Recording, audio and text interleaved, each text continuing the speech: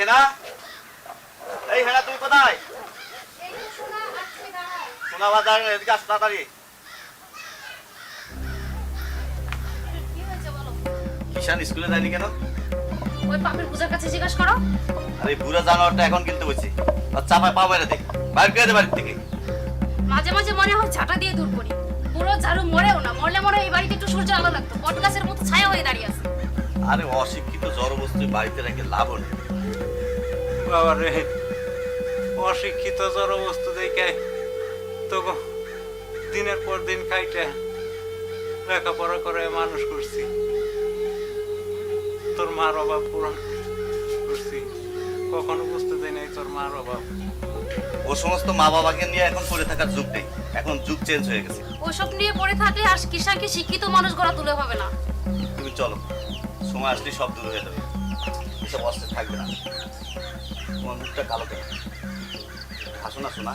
এই রাখো তো সবসময়, আর কি ভালো লাগে না অসভ্য কোথাকার। অসভ্য নয়, সভ্য জানোয়ার। এই বাবা মায়ের সাথে কিভাবে কথা বলতে হয় তুই জানিস না? না, তবে শিখছি। তোমাকে বলেছিলাম না যত দোষের বড়, এই বুড়ো অসভ্যর সাথে মিশে এরকম হয়ে গেছে। তুমি ওকে রাগ করো কেন? ও তো ছোট মানুষ, বড় হলে সব ঠিক হয়ে যাবে। আর ও তো আমাদের টাকার গোলাম, ওকে যে কোনো কাজে ব্যবহার করতে পারবা। আমরা বাবা মার সাথে গ্যাঞ্জাম করছি, শ্রদ্ধা ভক্তি রাখছি, এখন যে যুগ আসছে বাবা মায়ের শিয়াল কুকুরের মতো দেখে। দিন যতই যাবে ততই বাড়বে। করো, অসুবিধা নাই। প্রজন্মের এই উন্নতি দেখে আমি বলতেছি তোমাদের জন্য এর চেয়ে খারাপ দিন সামনে আসবে, আমি বলে যাচ্ছি এই স্বভাব। এখন ফাজলামি করো না, ফাজলামি করার কোনো সময় নেই। কালকে কিষানকে নিয়ে স্কুলে যেও, আর না হলে তোমার 12টা বাজায় দেবো, কপালে লাথি মেরে বার করে দেবো বাড়ি থেকে। তাই চলো। আমি ভাবতেও পারি নাই আমার সন্তান এইরকম আচরণ করব। আমি তো ওর এই শিক্ষা দেই নাই, আমি স্বাভাবিক ওর এই শিক্ষা দেই নাই। দাদু ভাই, ঘরে যাও।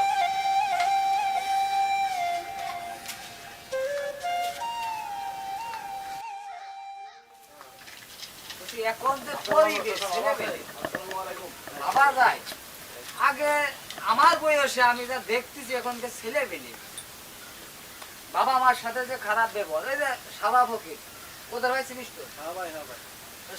সাবা ফকির এত কষ্ট করে ছেলেটা মানুষ করলো, বিনিময়ে কি পাইলো ক? আরে ভাই, এর পিছনে নিশ্চয় অন্য কোনো কারণ আছে। ভালো মানুষের সমাজে খারাপ আচরণ এ তো শুভ লক্ষণ। বাদ দেন, ছেলেরা বিয়ের পর এরকম হবেই। বাদ দাও, জ্ঞানী আর মূর্খের ভিতরে কি আমরা এটা বুঝি? শিক্ষা অর্জন করলেই শিক্ষিত হওয়া যায় না, শিক্ষার অর্থ আছে।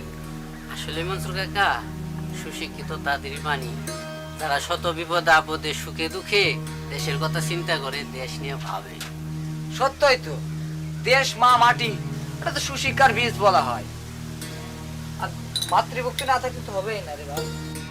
আমরা অশিক্ষিতরাই ভালো, কারণ খেতে খামারে কাজ করব, আর এক মুঠো খাবার থাকলেই মা বাবার সাথে ভাগ করে খাবো। শহরে শুনছি মা বাবার জন্য নাকি কামলাও আছে, আবার খামারও রাখে। বছরে 2-1 বার গিয়ে মালিকরা দেখে আসে। কিন্তু খামার মালিকরা ভাবে না আমরা মানুষ জানোয়ার কোথা থেকে আসলাম। এই মা বাবা যে কি জিনিস রে ভাই, না হারালে বোঝা যায় না। ঠিক আছে, পৃথিবীর বুকে সবকিছু মিস হতে পারে, কিন্তু মা বাবা দিয়ে আশীর্বাদ বা অভিশাপ এটা কখনো খণ্ডে না। ঠিক বলছিস রে ভাই, বাবা মার দোয়া কখনো মিস হতে পারে না, বন্দুকের গুলি মিস হতে পারে। আসলে যারা বাবা মাকে দেখে না, শালারা তো মানুষ রূপে জানোয়ার।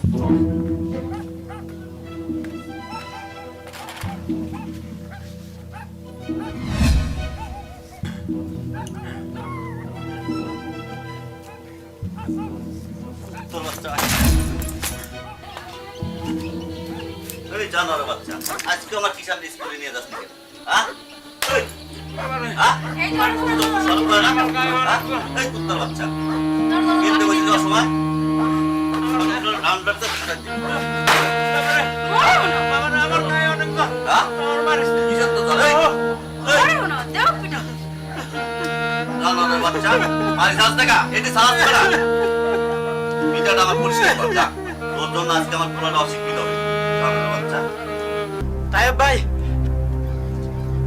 ভাই, তাড়াতাড়ি আসেন, আপনারা আসেন, দেখে যান।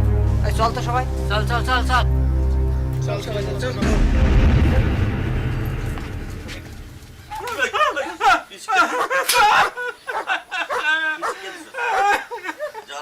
শয়তানের বাচ্চা তোকে চাপ দিয়ে অসময় খেলতে বসে কেন? অসময় গেলা লাগে অসময় গেলা লাগে ফাজিলে বাচ্চা আবার নেহা কান্দা আবার নেহা কান্দা। আমার মারিস না, আমার শরীর অনেক জ্বর।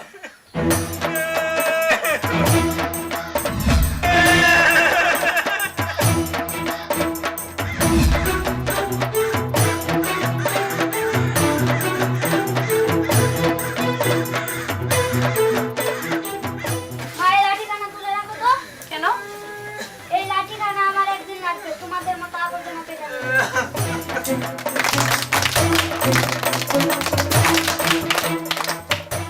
সাবাস কিষান, তোকে স্যালুট জানাই। তোর মতন সন্তান বাংলার প্রত্যেক ঘরে ঘরে দরকার, এদের মতন মা বাপের জন্য।